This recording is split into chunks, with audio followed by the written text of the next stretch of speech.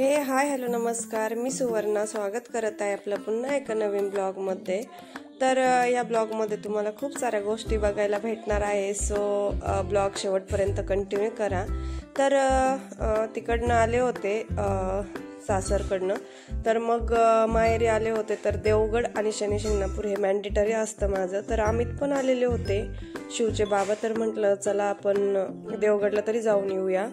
So आम्ही देवगडच्या दर्शनाला आलो होतो। माझी मोठी बहीण सुद्धा होती माझ्यासोबत। तर म्हटलं चल तुझं पण दर्शन होईल। तर आम्ही सर्व मिळून ना देवगडला आलो होतो। तर तिथे छान असे पेढे भेटतात, खूप भारी स्वस्तात मस्त तिथे पेढे भेटतात। तर तेच पेढे आम्ही घेतले होते आणि आम्ही दर्शन घ्यायला चाललो होतो। तर तिथे जे कोणी देवगड त्यांनी बघितलं असेल ना त्यांना माहीत असेल, खूप छान तिथे वातावरण असतं, खूप छान तिथे आहे। तर छान अशी पहिलं गाईड। तर जेव्हा आपण एंटर करतो ना, तर तेव्हा आपलं पहिलं गाईचं दर्शन होतं आणि नंतर आपण मंदिराच्या दिशेने जायला निघतो। तर मंदिर खूप छान असे 2 हत्ती आहे समोर आणि मग मंदिर आहे। पण खूप मोठी ना लाईन लागलेली होती, सो आमचे काही दर्शन होणार नव्हते। मग आम्ही मुखदर्शन घेतलं आणि तसंच मागे आलो, कारण ऑलरेडी आम्हाला खूप लांब पडतं आणि आम्ही लेट गेल्यामुळं ना आम्हाला खूप आणखीनच लेट झालं असतं, कारण 1 ते 1.5 तास आम्हाला दर्शनाला लागला असता। सो आम्ही मुख दर्शन घेतलं आणि तसंच रिटर्न निघालो। तर हे एक मंदिर होतं, ते किसनगिरी महाराजांचं छोटंसं मंदिर आहे। तर ते बघूया आपण आता। छान असं ना दिवाळी होऊन गेलेली होती, तरी पण खूप छान असे ना सगळीकडे त्यांनी दिवे लावलेले होते आणि खूप छान वाटत होतं ते। त्यानंतर हे मस्त असं नाही किसनगिरी महाराजांची मूर्ती होती। आता इथे एक आहे आणि तर इथून खाली गाभारा आहे, इथून असं पायऱ्यांनी छान असं खाली जायचं आणि ते दर्शन घ्यायचं। खरंच खूप छान वाटतं, खूप मनमोहक अशा मूर्त्या होत्या आणि काय माहिती, पण जेव्हा आम्ही देवगडला जातो ना खूप फ्रेश आणि असं पॉझिटिव्ह वाटतं। तर आम्ही शक्यतो मी माहेरी आले की मी इकडे जातच असते, कारण मला जायला आवडतं खूप। त्यानंतर आम्हाला इथे ना एका महाराजांनी हे थोडीसं रक्षा दिली होती, ज्याला आपण उदी म्हणू शकतो। तर तीच ताई पॅक करत होती। नंतर बॅक साईडला ना मंदिराच्या खूप छान अशी नदी आहे आणि पाऊस पडून गेलेला असल्यामुळे ना तिथं वातावरण पण खूप सुंदर झालेलं होतं। छान असा अर्धा चंद्र सुद्धा निघलेला होता आणि एक वेगळंच वातावरण तिथे तयार झालेलं होतं, खूप छान वाटत होतं। नंतर आम्ही दर्शन घेऊन ना बाहेर निघालो होतो आणि अंधार पडल्यामुळे लाइटिंग लागल्यामुळे ना तिथलचं वातावरण आणखीनच छान दिसत होतं। तिथे काही थोडेसे शॉपिंग पॉईंट सुद्धा होते। नंतर दुसऱ्या दिवशी ना मी माझ्या चुलत्यांच्या घरी गेले होते, तर तिथे ना खूप छान अशी कमळाची फुले उमललेली होती, तुम्ही बघू शकता। आता यात सर्व ते पिंक दिसत आहे, पण यात काही पर्पल होते आणि काही पिंक होते, एवढे भारी होते ना। तर नंतर आम्ही जवळच एक साईबाबाचं मंदिर आहे, ते सुद्धा दर्शनाला गेलेलो। छान वाटतं जेव्हा असे दर्शन वगैरे घेतो ना आपण, तर खूप मस्त वाटतं। नंतर त्याच दिवशी संध्याकाळी आम्ही सर्व आमचे कझन ना आम्ही डिनरला गेलेलो। आमची एकदा तरी पार्टी ठरलेली असती, जेव्हा आम्ही सर्व एकत्र भेटतो ना तेव्हा आम्ही एकदा तरी एक पार्टी करतोच। तर स्टार्टरमध्ये घेतली होती सोयाबीन चिली आणि आय थिंक पनीर चिल्ली होती। त्यानंतर ना हे सर्व बघा असे आम्ही सर्वजण गेलो होतो, सर्व छान असे एन्जॉय करत होते आणि येथे माझं आणि शिवचं काहीतरी वेगळं सुरू होतं। ही आहे आमची पदो, छान अशी कॅमेरामॅन। त्यानंतर ना तिथलचं काही मला असं कॅप्चर करावं वाटलं, सो मी ते काही तिथलचं ना कॅप्चर केलं। खरंच ते हॉटेल खूप छान आहे, माऊली म्हणून हॉटेल आहे, ब्राह्मणीच्या थोडंसं पुढे आहे आणि तिथलची क्वालिटी पण तशीच आहे। तिथलचं वातावरण पण खूप सुंदर आहे, तुम्ही जर आले इकडे तर एकदा नक्की भेट द्या त्या हॉटेलला, खूप छान आहे। आणि आम्हाला ते लोकल लोकांना ना त्यांचं प्रत्येक गोष्ट 50% ऑफ सुद्धा असतं, सो आम्हाला परवडतं पण तिथे जायला। बघा हा हिरो सुद्धा हाय करतोय।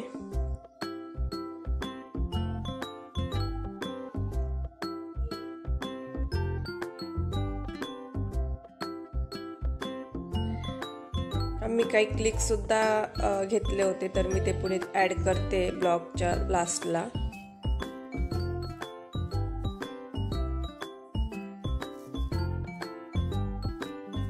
Just looking like a wow. त्यानंतर आम्ही मसाला पान घेतलं आणि दिवस संपवला तो।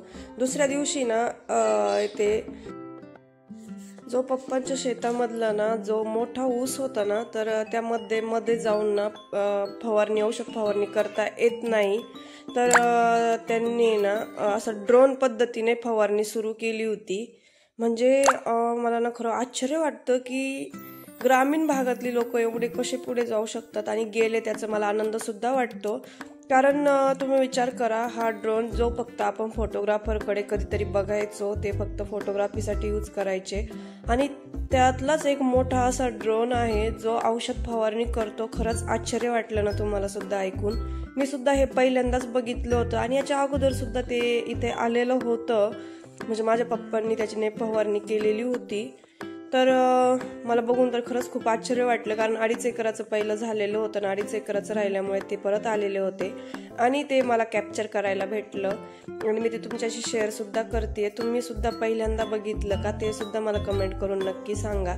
तर त्यामध्ये खाली एक छोटासा असा टँक होता, त्यात त्यांनी पाणी टाकलं, नंतर औषध टाकलं आणि नंतर त्यांनी ना परत पाणी टाकलं आणि ती कॅप बंद केली आणि ते ह्या फोनवरून ना आणि त्या रिमोटवरून ते सगळं जे काही होतं ना ते इथूनच त्याचं म्हणजे आपण काय म्हणू शकतो ते म्हणजे तिथूनच ते त्याला सगळं ऑपरेट करत होते. आणि आता बघा हा ड्रोन ना उडण्यासाठी म्हणजे आणि औषध फवारणीसाठी तयार होता. तुम्ही बघू शकता किती म्हणजे किती, मला तर याला बोलण्यासाठी ना माझ्याकडे शब्द नाही, कारण आनंद तेवढा होतोय की ग्रामीण भागातली लोक सुद्धा खूप पुढे जात आहे. छान वाटतंय, आश्चर्य सुद्धा वाटतंय, आनंद सुद्धा होतोय. तर आणि अवघे 5 ते 10 मिनिटात त्याने 2.5 एकराची फवारणी केली होती. हे फक्त तुम्हाला खोटं वाटत असेल आणि हे फक्त ऐकायला वाटतं, पण हे खरं आहे. आणि त्यानंतर ना त्याचं काहीतरी पाणी वगैरे काहीतरी संपलेलं होतं, सो ते परत खाली आलं होतं. त्यानंतर ना मी शिव थोडा गरम झाला होता म्हणून हॉस्पिटलला नेला होता. तर हे डॉक्टर जे आहेत ना, हे त्याला खूप म्हणजे आमचे फॅमिली डॉक्टर झाले. मी खूप ठिकाणी शिवला नेलं, कारण छोटा होता तेव्हा त्याला कॉन्स्टिपेशनचा खूप त्रास होता, गॅस व्हायचा. तर मी सगळे डॉक्टर बघितले, श्रीरामपूर, सोनई, पुणे सुद्धा बघितलं, बट त्याला यांचाच फरक पडला. सो मी आता तेच इकडे आले की त्यांनाच कन्सल्ट करते. त्यानंतर ना मला जायचं होतं म्हणून आजीने इकडे शंकरपाळ्याची तयारी केली होती. मम्मी आणि आजी शंकरपाळे करत होत्या आणि आज होता बुधवार, सो मटण, चुलीवरचं मटण आणि भाकरी तर व्हायलाच पाहिजे. तर तेच आजी ते चुलीवरती भाकरी करत होती, बाजरीची भाकरी. आणि छान वाटतं जेव्हा आपण गावाकडे येतो आणि चुलीवरचं खायला भेटतं ना, तेव्हा खरंच खूप छान वाटतं. आजी ते भाकरी बनवत होती आणि मी आजीला कॅप्चर करत होते. आजीला माहीत सुद्धा नव्हतं आणि बस एवढंच. आता आजी आपली करते भाकरी. ॲट अ टाइम तिचे 2-3 कामं सुरू होते. खालची भाकरी करणं, वरची जी भाकरी आहे ती व्यवस्थित भाजणं आणि जाळ लावणं, हे तिचं कंटिन्यू सुरू होतं. आणि खरंच पहिल्या लोकांचं ना खूप नवल वाटतं, आश्चर्य वाटतं की अरे यार, या लोकांना चुलीवरती करायला किती सोपं. आणि आजीचं असं आहे की नाही, मला गॅस नाही आवडत, मला चुलच आवडती. तेव्हा आजी पहिलं ना गॅसच प्रेफर करते, चूल प्रेफर करते. तिला चुलीवरती सोपं वाटतं आणि आपल्याला गॅसवरती.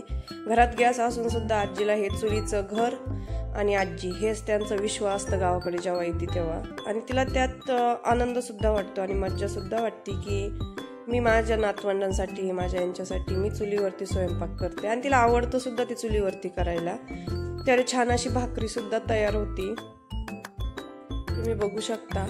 नंतर ना आजीने चुलीवरतीच मटणाची सुद्धा तयारी केली होती. मम्मीने ते शिजायला आतमध्ये टाकलं होतं गॅसवरती आणि आजी इथे मसाला वगैरे तयार करून घेत होती.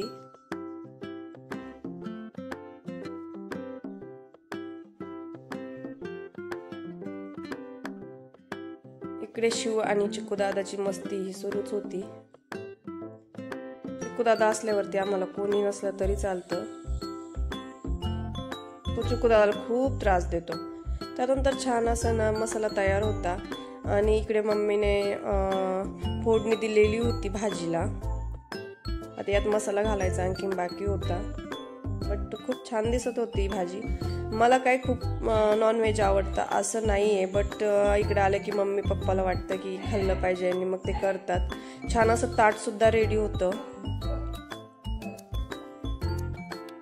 नंतर मम्मीने शेव काढण्याची तयारी केली होती आणि मम्मीचं तेच सुरू होतं. पहिले तिने छान असं पीठ जे होतं ते गाळून घेतलं होतं, चाळून घेतलं होतं. त्यानंतर तिने ॲड केलं होतं चवीनुसार मीठ, नंतर ॲड केलं तेल आणि छान असं ना ती नंतर मसाला घालून त्याचा डोम तयार केला होता आणि नंतर त्यांनी छान अशी शेव काढली होती जी की मला न्यायची होती पुण्याला. तर एवढंच होतं आजच्या ब्लॉगमध्ये. तुम्हाला ब्लॉग कसा वाटला ते मला कमेंट करून नक्की सांगा. आवडला असेल तर please do like, share and subscribe. आणि आत्तापर्यंत तुम्ही जर चॅनलला सबस्क्राईब केलं नसेल तर सबस्क्राईब करा, कारण तुम्हाला खूप छान छान ब्लॉग असे याच्यावरती बघायला भेटणार आहेत. तर इथे फायनली शेव पण तयार होती.